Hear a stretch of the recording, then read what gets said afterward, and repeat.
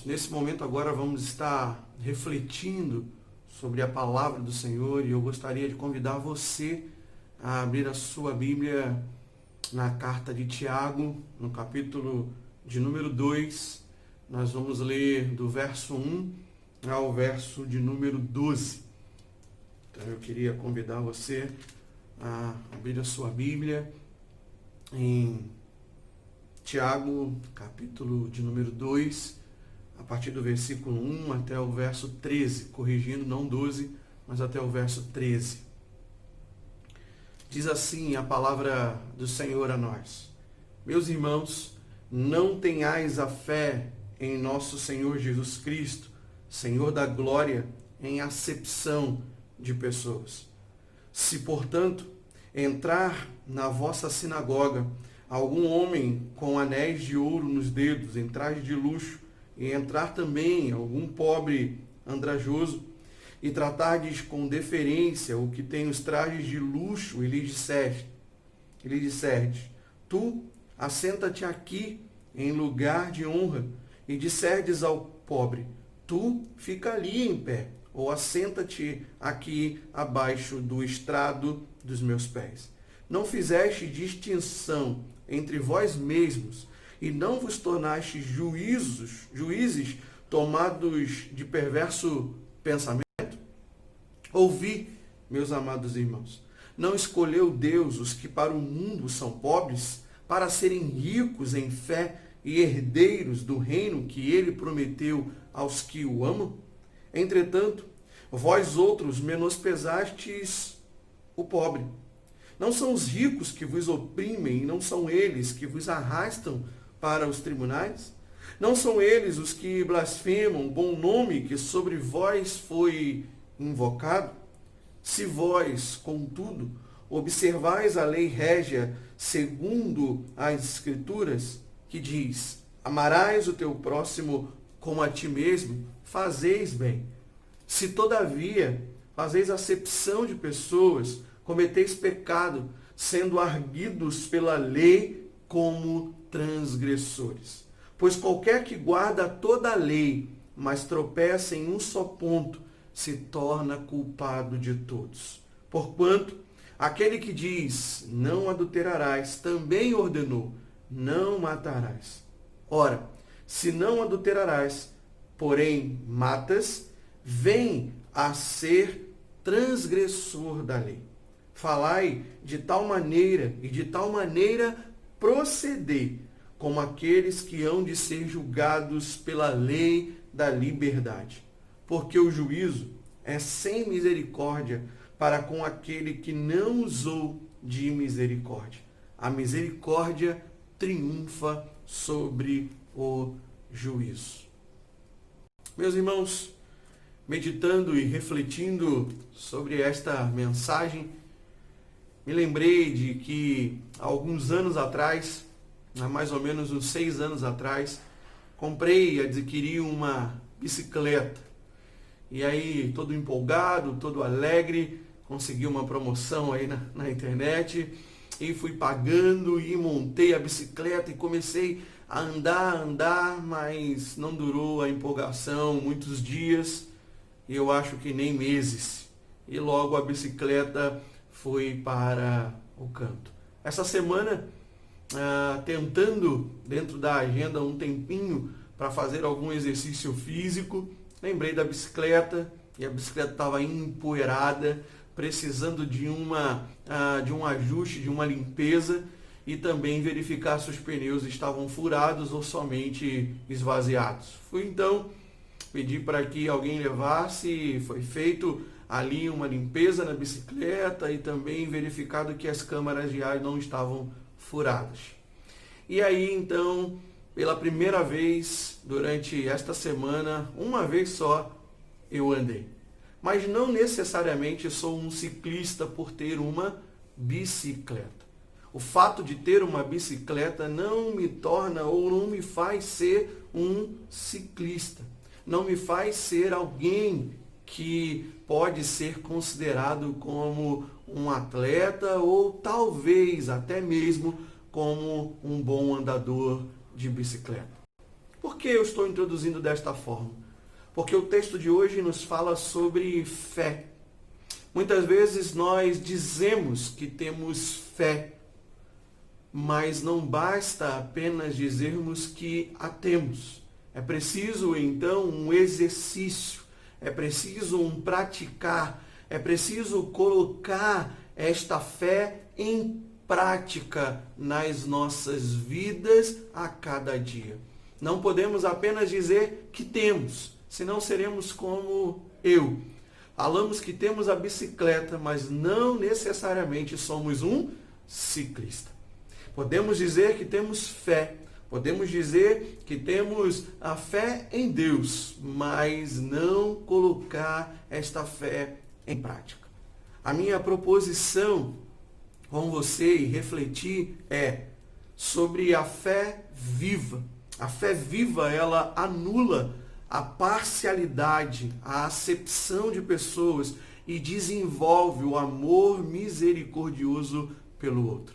Olhando todo esse capítulo 2, o que está em foco no capítulo 2 de Tiago é justamente a fé em prática. A fé que nós vamos chamar nesta noite a fé viva. A fé que pulsa, a fé que existe e que está dentro do seu e do meu coração. Portanto, entre o versículo 1 e ao versículo 12, ao versículo 13, nós vemos este entendimento de que uma fé viva, uma fé pulsante, ela anula a acepção de pessoas e a parcialidade no tratamento do outro e desenvolve o amor misericordioso pelo próximo. É o que nós temos aqui. É o que nós vamos refletir juntos nesta noite. E a primeira questão que eu queria trazer é: a fé viva, se ela anula a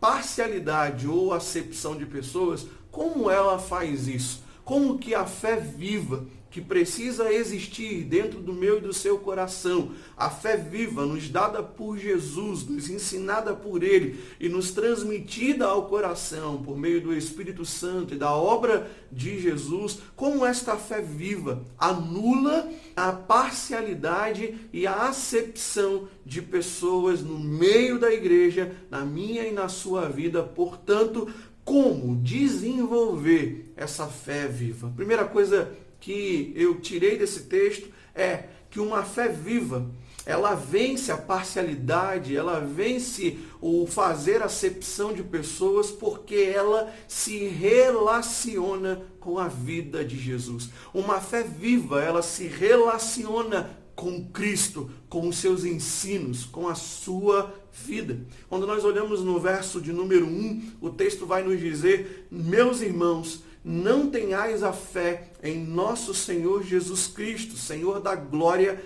em acepção de pessoas. Numa outra versão, chamada NVI, Nova Versão Internacional, vai nos dizer assim esse mesmo versículo: meus irmãos, como crentes em nosso glorioso Senhor Jesus Cristo, não façam diferença entre as pessoas, tratando-as com parcialidade. Existe aqui, meu irmão, uma clara contradição exposta por Tiago de um modo retórico. Ele deixa claro que fé em Cristo não se relaciona com tratamento parcial para com pessoas. Se você diz que crê em Jesus, mas vive momentos onde faz diferença entre pessoas, você não conheceu de fato a verdade de Deus. A palavra para acepção nesse texto, ela aparece 4 vezes em todo o Novo Testamento, sendo que em 3 dessas 4 vezes, quem é o sujeito, quem é aquele que não faz acepção é Deus. De 4 vezes que essa palavra aparece de Mateus a Apocalipse, ela está se relacionando ou está sendo usada como uma ação provocada por Deus. Deus não faz acepção de pessoas. Encontramos isso em Romanos, capítulo 2, verso 11, Efésios, capítulo 6, verso 9 e também em Colossenses, capítulo 3, versículo 25. A certeza de que Deus não faz acepção de pessoas. Entretanto, aqui, nesse texto de Tiago, no versículo 1, que é a quarta ou o quarto aparecimento desta palavra no Novo Testamento, quem se torna o sujeito de não fazer acepção de pessoas é o próprio discípulo, o próprio cristão. Percebemos com clareza que o autor está a nos mostrar que, como discípulos de Jesus, como aqueles que confessam a fé em Jesus, a evidência desse cristão deve ser o mesmo caráter de Cristo Jesus, a mesma atitude encontrada em Cristo Jesus, que é um caráter unificador.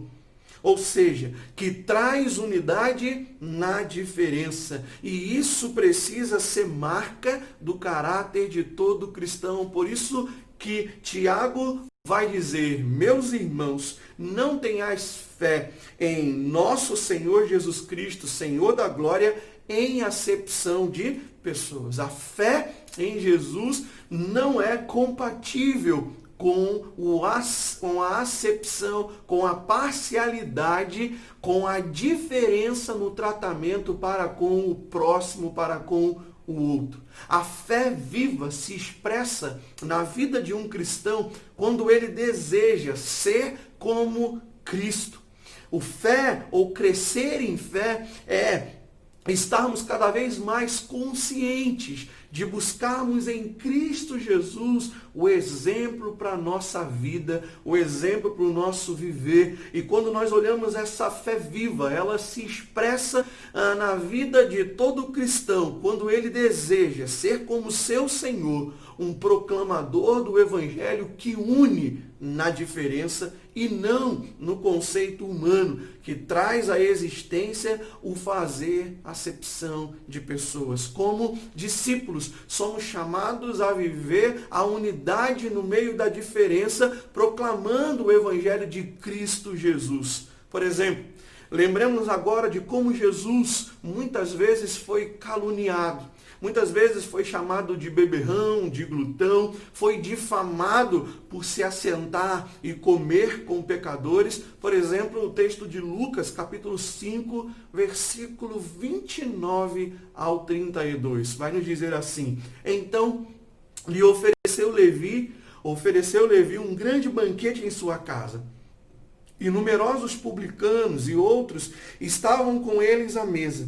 Os fariseus e seus escribas murmuravam contra os discípulos de Jesus, perguntando: por que comeis e bebeis com publicanos e pecadores? Percebe a acepção no coração dos fariseus e dos escribas? Por que Jesus, por que o Senhor de vocês senta com pecadores e com publicanos? E então Jesus ouve esse questionamento dos fariseus e no versículo 31 do capítulo 5 de Lucas ele responde: respondeu-lhe Jesus: os sãos não precisam de médico, e sim os doentes. Não vim chamar justos, e sim pecadores ao arrependimento. Fazer acepção não condiz com os ensinos de Cristo, porque, meu irmão, Cristo não fez acepção de pessoas pela sua classe social, pelo seu coração desprovido do conhecimento de Deus, pelo fato de estarem vivendo marginalizados e afastados da sociedade. Cristo não fez acepção de pessoas, mas antes se assentou à mesa, mostrando relacionamento, comunhão, se aproximando. Portanto, fazer acepção não condiz com a vida e com os ensinos de Cristo. Portanto, se o fazemos, automaticamente nós estamos negando a fé em Cristo Jesus. Se na nossa vida, no nosso proceder, se entre nós como comunidade, como igreja, existe a prática da acepção de pessoas, precisamos imediatamente abandonar essa prática, porque esta prática não condiz com os ensinos e com a vida do nosso Mestre, do nosso Senhor Jesus Cristo. Olhando para esse contexto, assim como Jesus, em seu contexto religioso do judaísmo, não se negou a sentar com que a cultura ou religião mandava ou exigia, Tiago está escrevendo para que o seu público, esta igreja que estava dispersa, sofrendo, longe, padecendo, ele está escrevendo a essa igreja para que também não se amoldasse a quê? As exigências da comunidade ou da cultura do Império Romano, que financiava a parcialidade e a acepção de pessoas. Tiago está convocando esses irmãos a não serem direcionados por aquilo que acontecia na cultura da sua época, aonde a cultura romana, o Império Romano, favoreciam os ricos em detrimento dos pobres. E aí Tiago está dizendo, nós como cristãos que professamos e que cremos na fé em Cristo Jesus, não podemos viver com parcialidade ou acepção de pessoas, não podemos viver conduzidos pela mentalidade da cultura, da religião ou do Império Romano, da prática romana, da prática dos homens que não conhecem a fé em Cristo Jesus. Nós devemos ser leitores e praticantes da palavra. Precisamos suplicar, Tiago está dizendo isso a eles, precisamos suplicar ao Senhor para que a nossa vida reflita o exemplo de Cristo todos os dias, que é o de não preferir o relacionamento com um em detrimento do outro. O pecado nos distancia de Deus, mas estando também distanciado de Deus, nós também nos distanciamos do outro. Nos distanciamos de reconhecer a beleza da comunhão com o nosso irmão e com o nosso próximo. O pecado nos afasta de Deus, mas diametralmente também nos afasta do irmão, nos afasta do próximo, nos afasta do outro. E com isso, perdemos a beleza de reconhecer a comunhão com o nosso irmão e com o nosso próximo. Portanto, a fé viva, ela anula a parcialidade de pessoas quando nós temos uma fé que cada vez mais se relaciona com o exemplo e com a vida de Cristo Jesus. A minha e a sua fé, ela é viva quando ela cada vez mais municiada, ou melhor, baseada e alimentada pela palavra de Deus e pela iluminação do Espírito Santo em compreender e pela obra de Cristo, essa fé na minha e na sua vida é desenvolvida para neutralizarmos ou para, com a ajuda de Deus, mortificarmos cada vez mais o pecado da acepção e da parcialidade de pessoas. A segunda verdade que eu encontro de uma fé viva, além dela se relacionar com os ensinos e com a vida de Jesus, é também uma fé viva, ela também se traduz em cuidado pelo outro. Quando nós lemos aí do versículo 2 ao versículo 4, o texto vai dizer assim: se, portanto, entrar na vossa sinagoga algum homem com anéis de ouro nos dedos, em trajes de luxo, e entrar também um pobre andrajoso, e tratardes com diferença o que tem os trajes de luxo, e lhe disserdes: tu, o rico, assenta-te em lugar de honra, e disserdes ao pobre: tu, fica ali em pé, ou assenta-te aqui, abaixo do estrado dos meus pés. Não fizestes, portanto, distinção entre vós mesmos, e não vos tornastes juízes tomados de perversos pensamentos? Nesses versos, o autor nos conta um exemplo, uma história, para a aplicação do conceito ensinado acima, de que a fé em Cristo não se relaciona com a parcialidade e com a acepção de pessoas. Nessa suposta história que Tiago aqui está nos contando, baseado na realidade de seus leitores, na realidade da cultura dos seus leitores, fica claro que o homem rico é melhor recebido e tratado do que o homem pobre. E que os critérios que fazem isso são totalmente desprovidos do Evangelho de Jesus. Tiago conta uma história onde fica claramente evidente que há uma acepção, há uma parcialidade de tratamento emitida pelo leitor ao ler e analisar sobre a sua vida se aquilo se encaixa ou não. Quando a gente lê uma história dessa, logo nós pensamos, será que eu faço? Será que eu estou fazendo? E este é justamente o desejo, a intenção de Tiago ao narrar essa história. A história vai nos dizer que o Império Romano, lá no século I, no século aonde foi escrita esta carta, após alguns anos da morte e da ascensão de Jesus, o Império Romano fazia com que as suas leis beneficiassem de forma clara os ricos, aqueles que detinham fortuna, detinham valores. Elas prescreviam sentenças mais duras para as classes mais baixas e, consequentemente, penas leves ou quase em todos os processos absolvição para quem tivesse uma condição abastada. Nada de muito diferente, não é mesmo, nos dias de hoje. Tiago está nos dizendo que o olhar humano e o reconhecimento diferenciado de uma pessoa pela sua posição é completamente contrário ao Evangelho de Jesus. Isso é do mundo, isso é da cultura caída e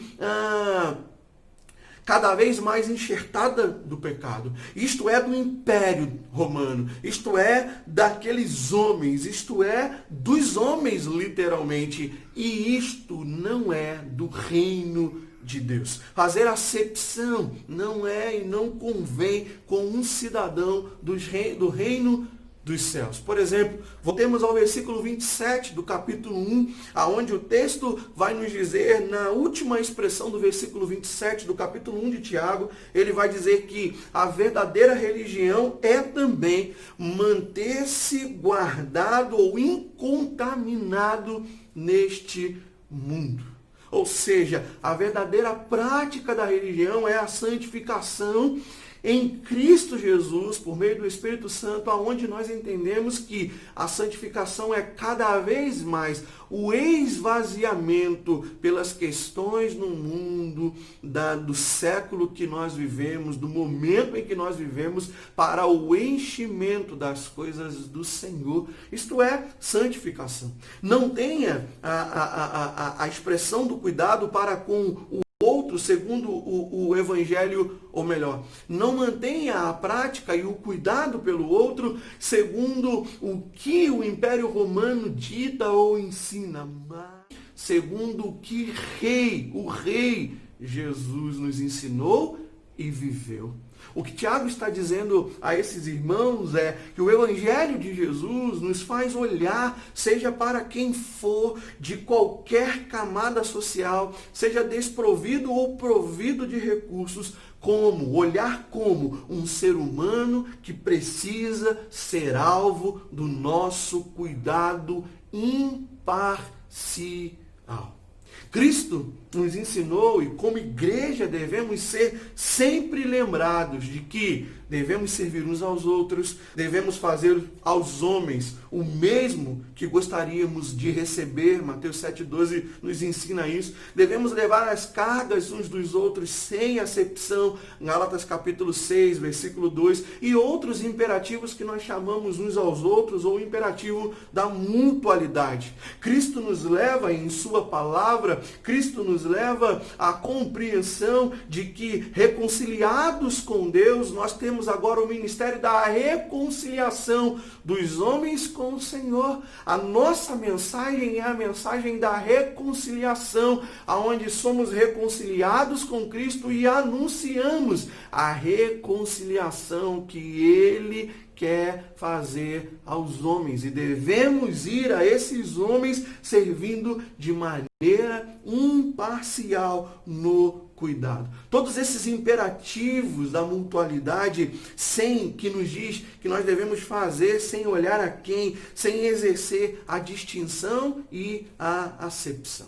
Tiago, nessa história, vai colocar o ambiente, se você perceber, no versículo 2 da sinagoga. Versículo 2 começa dizendo: se portanto entrar na vossa sinagoga, como o local aonde passa o acontecimento. Isso para mostrar o quê? Que a igreja é responsável por combater uma ação de parcialidade de dentro para fora, sem influências externas.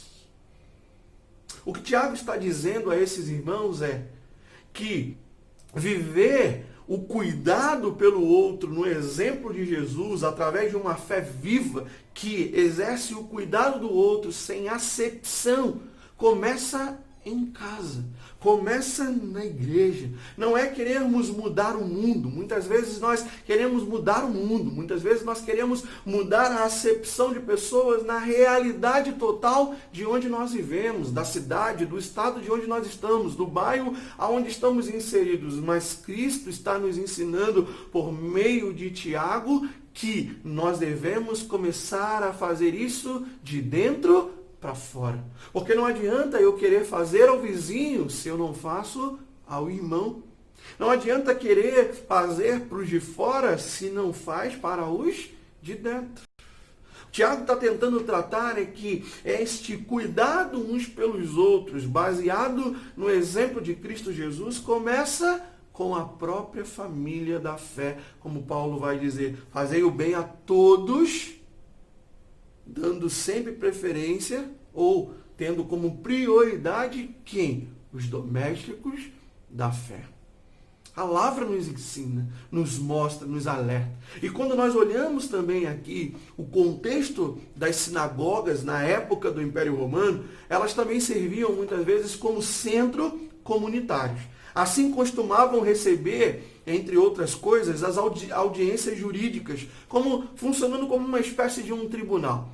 Mas perceba, as sinagogas serviam como um centro comunitário, como algo que naquele local reunia ou concentrava algo para a comunidade. Olha o que Tiago está nos dizendo, que a começar pela igreja, nós podemos ser exemplos vívidos, exemplos reais de sal e luz para a comunidade. E além de servir como esse centro comunitário e acontecer ali algumas audiências, alguns historiadores, e estudando, eu queria compartilhar isso com você, vão dizer que os rabinos do século II, eles faziam alguns certos tipos de julgamento. E para que eles não tivessem parcialidade no julgamento, o que eles pediam? Para que as partes nesse julgamento fossem ou usassem a mesma roupa. Para que pela roupa ou pelo se vestir, e perceba que Tiago é muito nítido nisso quando ele fala no versículo 2, se alguém chegar com trajes de luxo, ou seja, pela roupa, literalmente se conhecia o nível social daquela pessoa. Então o que Tiago está dizendo é, dentro das sinagogas já acontece, ou é praticado por alguns rabinos, o seguinte, o quê? De que acontece o julgamento, e para que o julgamento seja justo, e não parcial, e não acepção, as duas partes vestiam o quê? A mesma roupa. Porque as leis do Império Romano, elas beneficiavam em tudo os mais ricos. O que o texto aqui de Tiago está nos dizendo é, no final do versículo 4, é justamente essa questão de não devemos fazer acepção de pessoas. Por quê? Se quando estamos fazendo a acepção de pessoas, nós estamos tomando um lugar de um juiz e julgando ou trazendo uma sentença de motivações erradas escolhendo ou discriminando o outro, não por quem se é, não por estar certo ou errado, mas pelo que se tem. Uma fé viva não tem motivações erradas e nem humanas. Para oferecer cuidado ao outro, não se coloque, meu irmão, na posição de juiz, movido por interesses perversos, mas sim, uma fé viva se expressa no cuidado, no serviço e honra a quem for.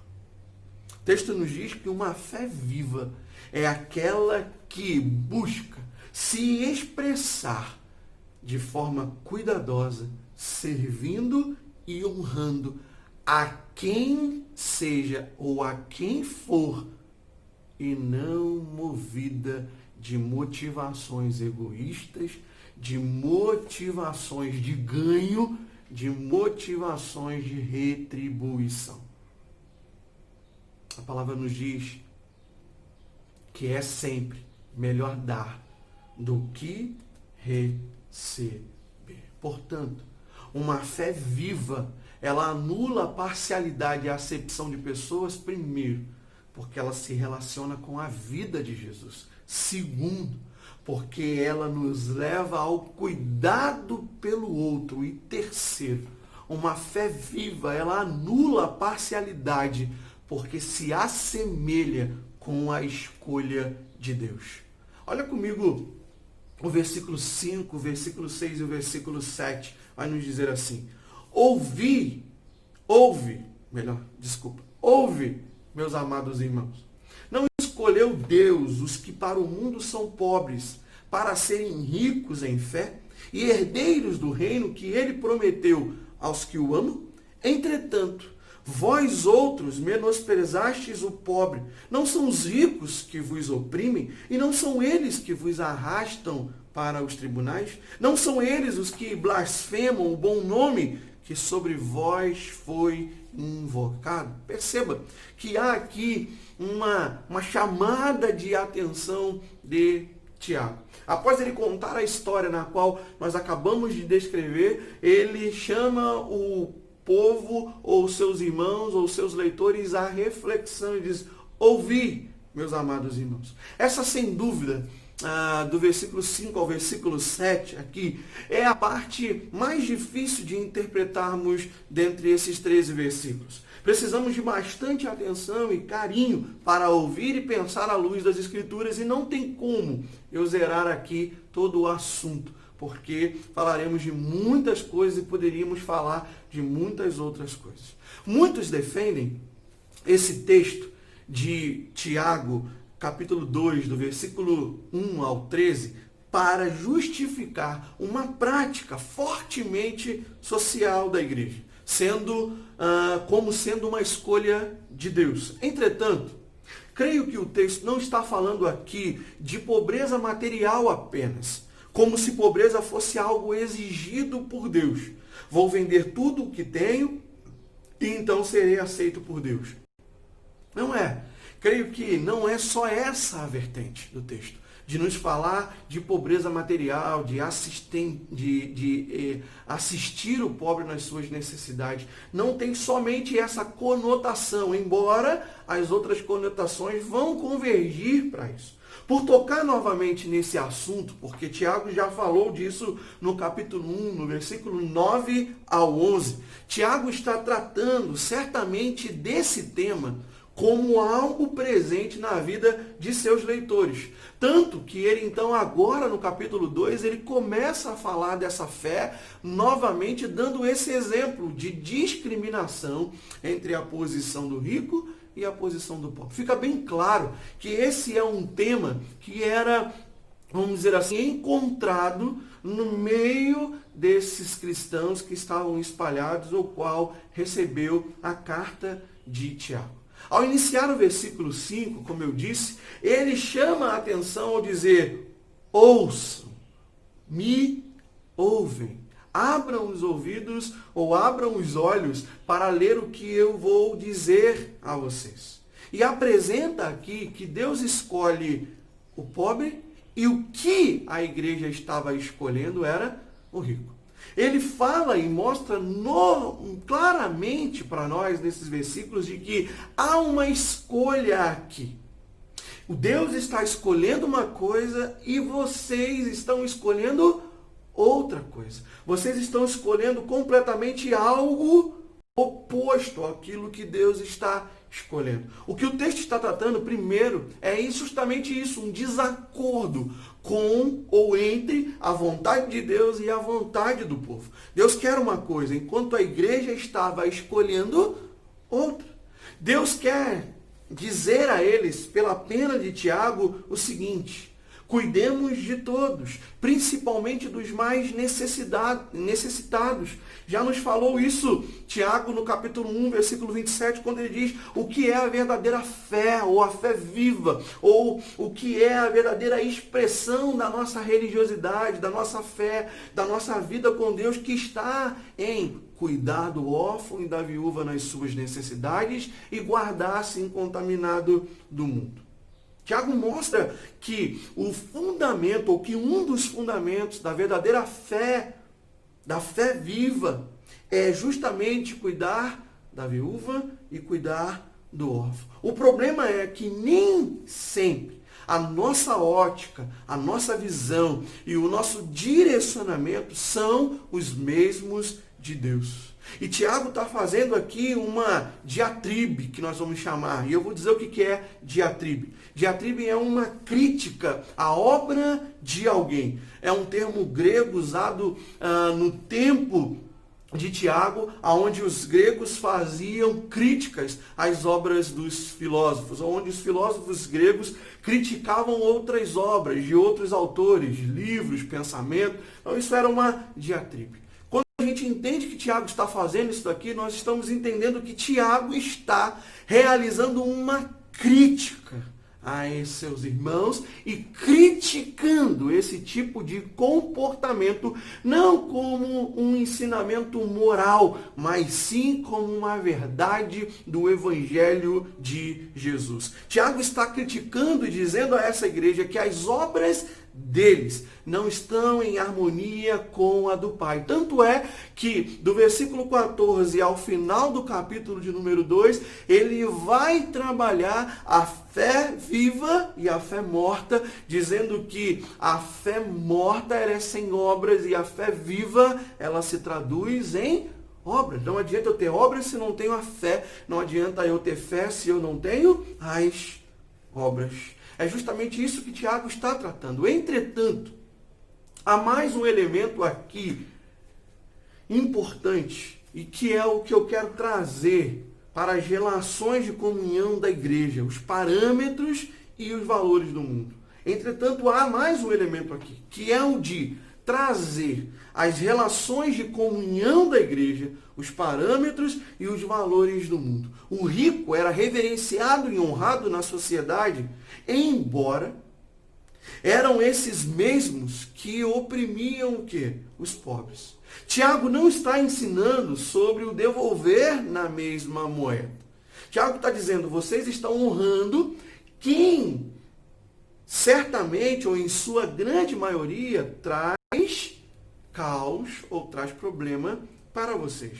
Tiago não está dizendo, então não cuide, não tratem dele. Não. Vocês estão honrando quem sempre vai contra vocês no tribunal. Vocês estão honrando quem blasfema, ou como ele vai dizer no versículo 7, não são eles os que blasfemam o bom nome que sobre vós foi invocado. Ou seja, não são eles que falam contra vocês, não são eles que falam contra a pessoa de vocês, não são eles que falam também contra Jesus. O nome aqui pode tanto ser a questão da família, da vida dos mais pobres, que eram blasfemados, ou seja, falavam mal de quem é, que família é essa, de quem você pertence, como também o nome a ser invocado pode ser uma blasfêmia contra o próprio Senhor.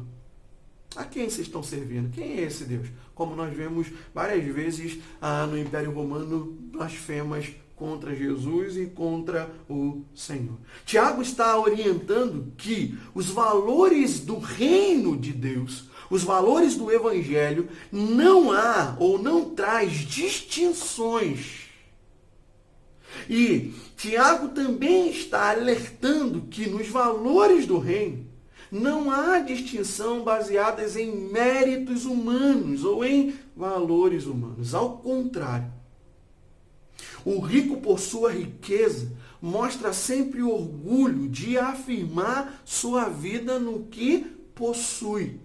O que é oposto ao que o Evangelho de Jesus nos ensina. Dizendo que devemos buscar e devemos desejar, e pela obra de Cristo já temos em Cristo a suficiência para a nossa vida, baseada exclusivamente na obra dele e não na nossa própria. Tiago está dizendo para eles, olha, vocês estão valorizando alguém que não reconhecem o Senhor Jesus Cristo e não deve ser por vocês honrado simplesmente em detrimento do outro, simplesmente pelo fato de que o reino de Deus nos apresenta valores diferentes, aonde os valores são ou devem ser de sermos cada vez mais pobres, ou seja, desprovidos de nós mesmos, desprovidos de orgulho, desprovidos de qualquer mérito ou achar que qualquer mérito humano é suficiente para Deus e entendermos de que toda a nossa suficiência está nele. E é justamente isso que não ocorre ou não passa pela vida do rico. Por a vida daquele que apoia a sua vida e a sua confiança e o seu orgulho naquilo que possui. O tema maior da carta de Tiago é sobre a sabedoria divina e não a sabedoria do mundo. As relações cristãs precisam ser moldadas exclusivamente pela palavra de Deus. E precisamos, meus irmãos, muitas vezes receber uma crítica como essa de Tiago para que os nossos olhos se abram. Muitas vezes nós conduzimos a nossa vida sem reflexão. Muitas vezes nós estamos fazendo aquilo que o mundo faz. Quem valorizava os ricos? O Império Romano. Quem valorizava a pessoa que tinha um traje de luxo, um anel de ouro no dedo, colocando no melhor lugar, enquanto os mais pobres, de vestes sujas, rasgadas, maltrapilhas, eram jogados, considerados como ninguém, colocados abaixo dos pés de uma pessoa. Em Cristo Jesus, nós estávamos nessa situação, mas em Cristo Jesus nós fomos restaurados. Por isso que eu disse que, ao olhar para esse texto, não temos como só ver o lado de uma pobreza material, mas sim o olhar para o pobre como aquele que espiritualmente é desprovido das suas próprias seguranças, daquilo que tem, e completamente supridos por Cristo Jesus. E quando as Escrituras trabalham esse posicionamento do rico em ter orgulho nas suas riquezas, o texto bíblico ele é bem, vamos dizer assim, bem duro. Por exemplo, olhamos Lucas capítulo 18, versículo 24 ao 27. Vai depois de Jesus narrar o evento com o jovem rico, de que ele vem até Jesus querendo ter a vida eterna, e Jesus diz, olha, cumpra os mandamentos. Ele diz, Senhor, eu faço isso desde a minha infância. Então Jesus quer ser perfeito, então faz o seguinte, vai e vende tudo que tens, vem e siga-me. O texto vai dizer que ele então vai embora, triste e de cabeça abaixo. A partir do versículo 24 vai nos dizer assim, e Jesus, vendo assim triste, disse, quão dificilmente entrarão no reino de Deus os que têm riquezas. Porque é mais fácil passar um camelo pelo fundo de uma agulha do que entrar um rico no reino de Deus. E os que ouviram disseram, sendo assim, quem pode ser salvo? Mas o versículo 27 vai dizer, mas ele respondeu, Jesus respondeu, os impossíveis dos homens são possíveis para Deus. Deus é aquele que quebra o coração do homem. Deus é aquele que quebra o coração da pessoa. É pecado ter riquezas? Não. Não é isso ou contra isso que nós estamos dizendo, mas o que nós estamos afirmando é que Deus está nos ensinando que quanto mais ricos somos, mais temos o coração propensos a confiar no que temos, a confiar no que possuímos. E a mensagem do Evangelho é justamente essa, de abnegação, baseada no exemplo de Cristo que deixou a sua glória, se esvaziou, se encarnou, assumiu a forma de servo e habitou entre nós, sendo obediente até a morte e morte de cruz. O que precisa haver em nós não é acharmos que podemos ser suficientes, mas sim acharmos e, melhor, buscarmos cada vez mais o esvaziamento humano de confiança no que temos, de confiança no que possuímos, para dependermos exclusivamente de Deus. Tanto é que, quando Jesus diz isso, é impossível um camelo passar pelo buraco da agulha, assim também é impossível um rico entrar no reino dos céus. Jesus está dizendo que ele pode ter toda a riqueza, que ele não compra essa entrada. Mas quando o texto vai dizer, então, quando os discípulos perguntam, então quem pode ser salvo? Jesus vai dizer o quê? Os impossíveis dos homens. Você consegue passar um camelo no fundo da agulha? Eu não consigo. Nós não conseguimos. E ele vai dizer, os impossíveis dos homens são possíveis para Deus. Eu e você não podemos, mas Deus pode. Eu e você podemos ainda ter a busca eficaz por querermos ter, por querermos galgar, por crescer e querer reconhecimento dos homens, enquanto Jesus nos ensina que nós devemos buscar o reconhecimento de Deus. Então o texto de Tiago é para que eles se atentassem. Vocês estão honrando porque querem o reconhecimento deles ou querem o reconhecimento do Senhor?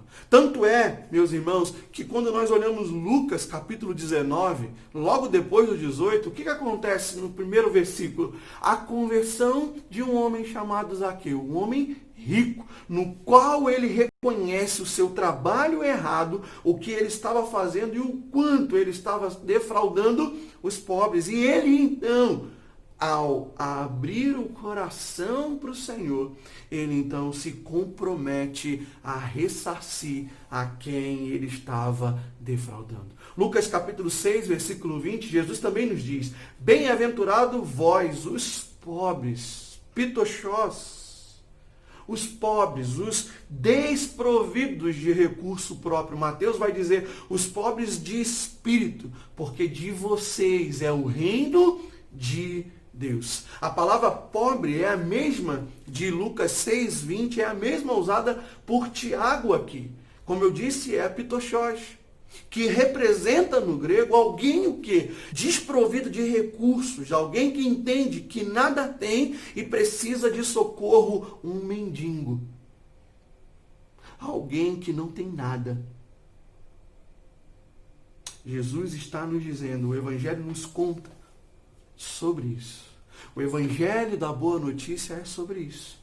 Diante de Deus nós não somos nada. Diante de Deus nós não temos nada. Diante de Deus as nossas riquezas não valem para nada. Diante de Deus Israel era uma nação pequena e desprovida de nada, mas Deus fez um povo escolhido. No pecado nós não temos nada e estamos destituídos da glória de Deus. Mas a boa notícia, em Cristo nós fomos feitos herdeiros das glórias e das bênçãos celestiais.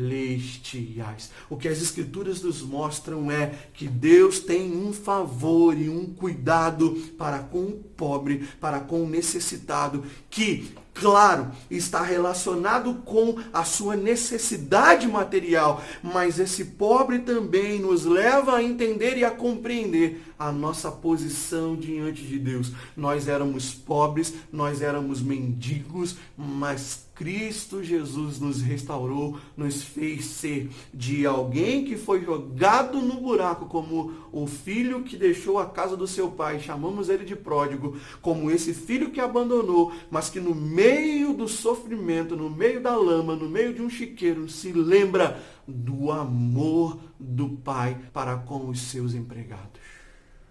Senhor Jesus fez isso por nós e essa é a boa notícia. Portanto, a fé viva nos faz ir, meu irmão, contra a parcialidade, contra a acepção de pessoas nos relacionamentos e no cuidar dos outros ou uns dos outros, principalmente aqueles que nada têm. Porque isso já foi feito por nós em Cristo Jesus. A fé viva e verdadeira em Cristo e em sua obra nos faz olhar para os outros e não honrar pelo que se tem, mas pelo que não são e podem ser em Cristo. Assim como nós éramos e em Cristo fomos feitos. Busquemos, pois, irmãos, sermos uma igreja que aprenda com Cristo a fazer as escolhas certas, pois certamente cuidaremos uns dos outros e não deixaremos que nenhum entre nós tenha falta de algo, como assim em Cristo somos supridos. Portanto, uma fé viva, ela anula a parcialidade ou acepção de pessoas por nos relacionarmos com a vida de Jesus, com os ensinos de Jesus, pelo atentar ao cuidado um do outro, pela escolha ou por escolher o que Deus escolhe. E quarto, porque essa fé se relaciona pelos mandamentos. Versículo 8 a 11 diz assim: se vós, contudo, observais a lei régia, segundo a Escritura, que diz, amarás o teu próximo como a ti mesmo, fazeis bem. Se, todavia, fazeis acepção de pessoas, cometeis pecado, sendo arguidos pela lei como transgressores. Pois qualquer que guarda toda a lei, mas tropeça em um só ponto, se torna culpado de todos. Porquanto, aquele que disse, não adulterarás, também ordenou, não matarás. Ora, se não adulteras, porém matas, vens a ser transgressor da lei. Tiago agora então nos diz que a fé viva, ela se direciona pelos mandamentos. Uma fé viva, ela se guia pelos mandamentos de Cristo Jesus. E aí o que ele diz? Que o mandamento que Jesus nos deu, o mandamento que a palavra de Deus nos apresenta é que nós devemos amar o teu próximo como a ti mesmo. E ele diz, fazeis bem. Quando uma fé viva, e nós dizemos que ela se direciona pelos mandamentos de Deus, é que uma fé não se expressa por aquilo que ela acha. Uma pessoa que tem uma fé viva não se porta e não age por aquilo que ela tem como convicção de ser certo. Mas a fé viva, ela é direcionada pelos ensinos, pelos preceitos, pelos mandamentos e pelos ensinos de Jesus. Pelos ensinos de sua palavra. E ele nos apresenta essa lei régia, essa lei real, essa lei do reino, que nos diz, amarás o teu próximo como a ti mesmo. Como igreja, como cristão, como discípulos de Jesus, nós precisamos viver uma fé que não consiste em desprezar, em fazer acepção, em tratamento parcial com o outro, mas o texto nos diz, amarás o teu próximo. Ele não diz amarás o pobre ou o rico, ele diz amarás o teu próximo.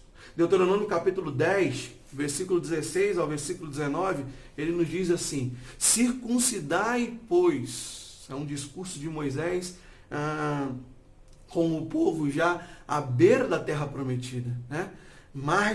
Margeando o rio Jordão para entrar na terra prometida, ele vai dizer, circuncidai, pois, o vosso coração, e não mais endureceis a vossa cerviz, pois o Senhor vosso Deus é o Deus dos deuses, o Senhor dos senhores, o grande, poderoso e temível, que não faz acepção de pessoas, nem aceita suborno. Quem faz justiça ao órfão e à viúva e ama o estrangeiro, dando-lhe pão e veste. Amai, pois, o estrangeiro, porque fostes estrangeiros na terra do Egito. O que o texto está nos dizendo? Olhe para aquilo que Deus fez, para aquilo que Deus realizou em vocês, pois o vosso Deus, e ele diz aqui, Deus dos deuses, e o Senhor dos senhores, o Deus grande, poderoso e temível, que não faz acepção de pessoas, nem se corrompe, ele faz justiça ao órfão e à viúva, ama o estrangeiro, dando-lhe pão e veste. Deus faz isso.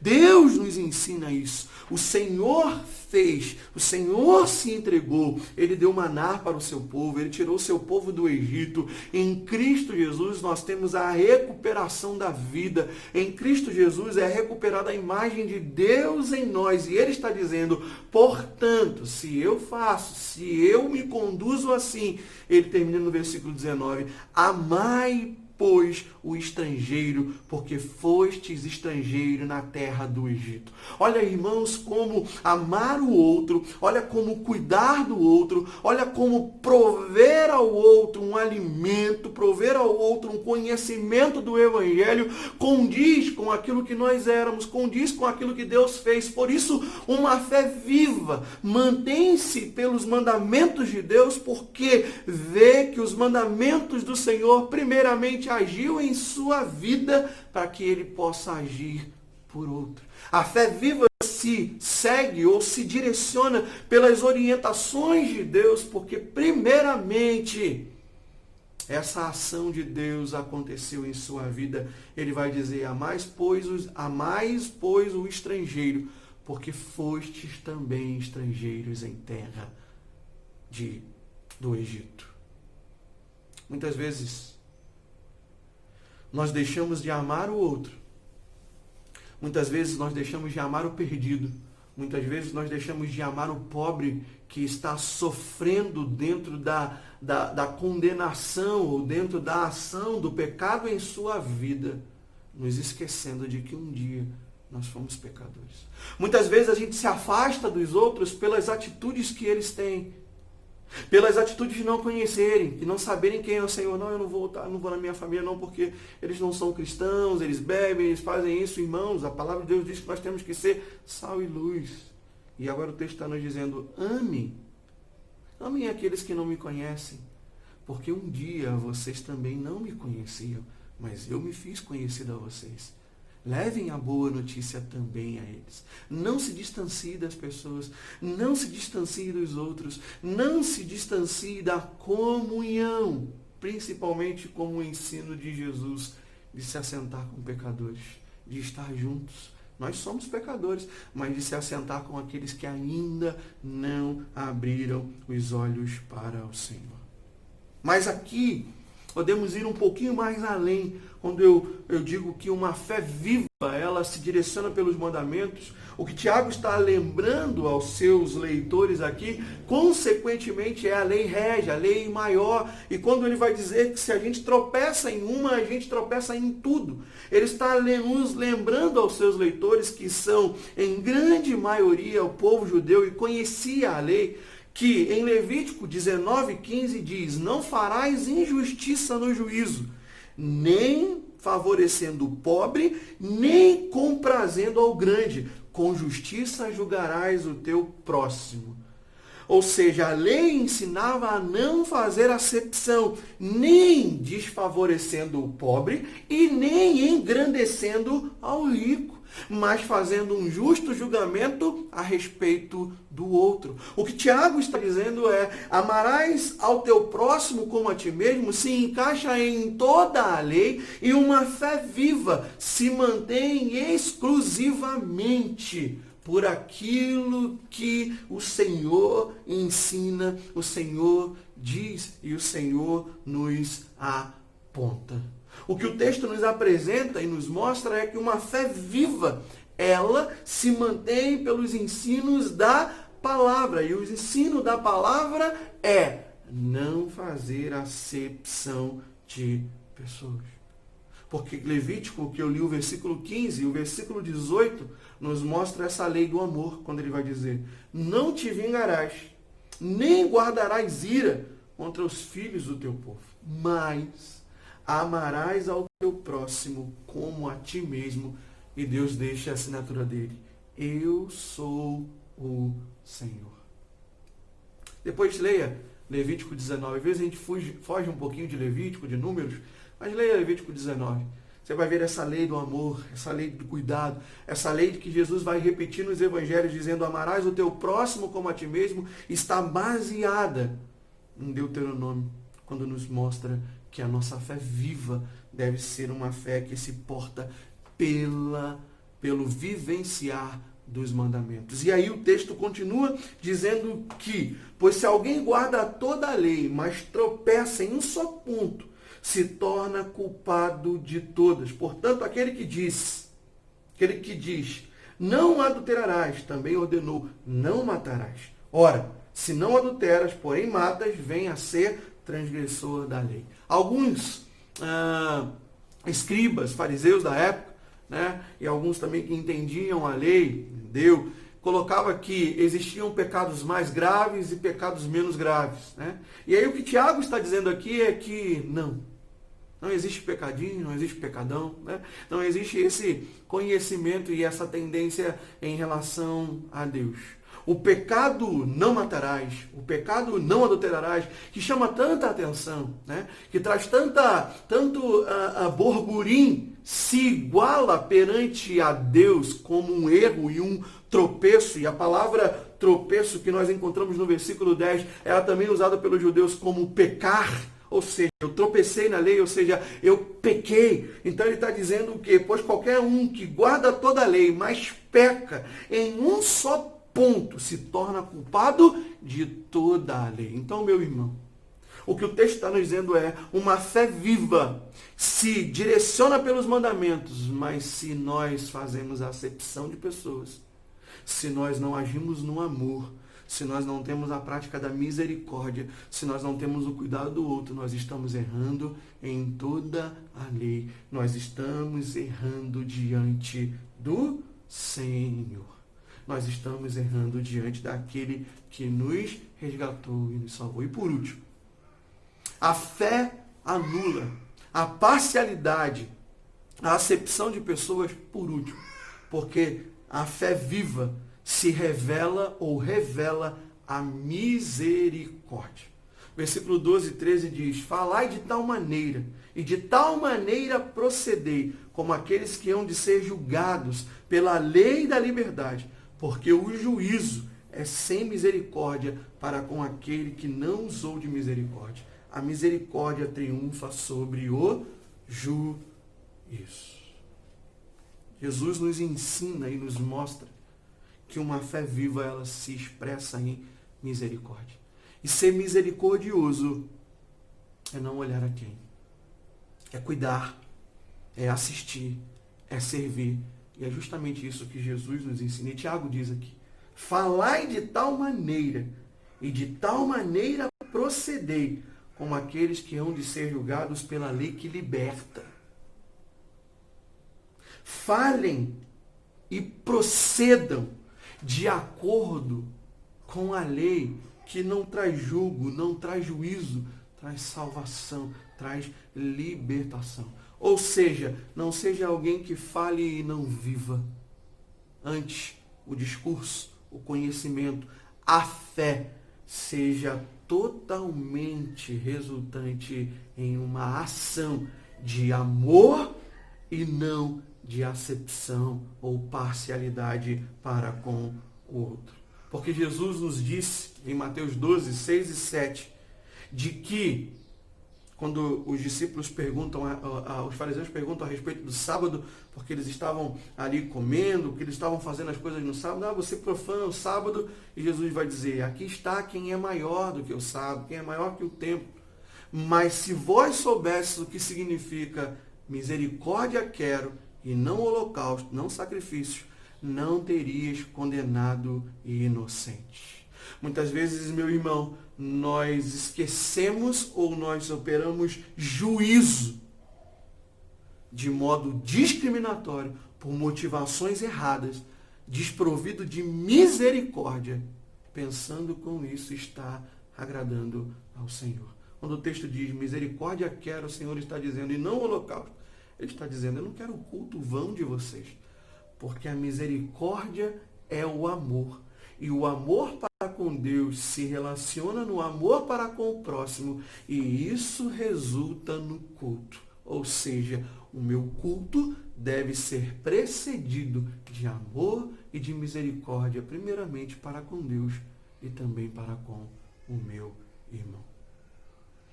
Uma das coisas que Jesus julga e mostra um juízo da parte de Deus é sobre a hipocrisia. E em Mateus capítulo 23, ele condena a hipocrisia dos fariseus e dos escribas. Com aquela expressão máxima que aparece em quase todo o capítulo 23, quando ele vai dizer, ai de vós, escribas e fariseus, hipócritas. Hipócritas. A hipocrisia. A hipocrisia, a gente finge ser aquilo que a gente não é. A gente trata o outro por desejo meramente humano. Ou a gente trata o outro por amor e por ensinamento de Jesus, como um ato de misericórdia, como nós também fomos alvo dessa muita misericórdia. E quando eu olho para Mateus 23, Jesus vai dizer, ai de vós, escribas e fariseus, hipócritas, porque dais o dízimo da hortelã, do heno e do cominho, e tendes negligenciado os preceitos mais importantes da lei, a justiça, a misericórdia e a fé. Devias, porém, fazer estas coisas sem omitir aquelas. Muitas vezes, nós estamos preocupados com um culto diante de Deus, com uma prática religiosa, com uma religião vã, conforme Tiago vai dizer. E inundados dessa religião vã, nós acabamos nos afastando de uma fé viva que resulta em misericórdia. E aí Jesus vai dizer que os 3 preceitos, ou os preceitos mais importantes da lei são a justiça, sermos justos, a misericórdia e a fé. Reflita, meu irmão, sobre esta palavra. Busque em Deus ajuda para que tenhamos uma fé viva que anula a parcialidade, anula a fazer acepção de pessoas e nos leva ao amor misericordioso para com o próximo, para com o outro. Sejamos irmãos, sejamos uma igreja, sejamos uma comunhão, uma família cujo cuidado está diante do outro. Vamos orar? Senhor, graças nós te damos pela tua palavra. Obrigado, ó Deus, porque somos pecadores, somos falhos, mas o Senhor é um Deus que não desiste de nós, mas por amor nos enviou Cristo Jesus, que cuidou de nós em misericórdia, em graça. E por isso, nos ensine, ó Deus, a viver uma fé verdadeira, uma fé viva, que resulta, ó Pai, em não fazer acepção de pessoas, mas que resulta em tratar o outro com amor, com misericórdia, fazendo isso através de um relacionamento com o Senhor, um foco no cuidado pelo outro, fazendo as escolhas que o Senhor faz, vivendo segundo seus mandamentos, os seus preceitos, e executando a misericórdia para com o outro, como fomos e somos, agraciados a cada dia pela renovação da tua misericórdia. Dê-nos, ó Pai, uma semana abençoada. O teu povo seja revigorado nesses tempos de dor, de luta, de aflição e de incerteza dos tempos que temos vivido. Mas com certeza sabemos que o Senhor está no governo de todas as coisas. E por isso queremos descansar. Abençoe o teu povo, a tua igreja, em nome de Jesus. Que a graça do nosso Senhor Deus e Pai, e o amor do Senhor Jesus Cristo, e o direcionamento, fortalecimento do Espírito Santo de Deus, seja sobre a sua vida, sobre a sua casa, em nome de Jesus. Uma ótima semana. Deus te abençoe, meu irmão. Um beijo no coração. Tchau, tchau.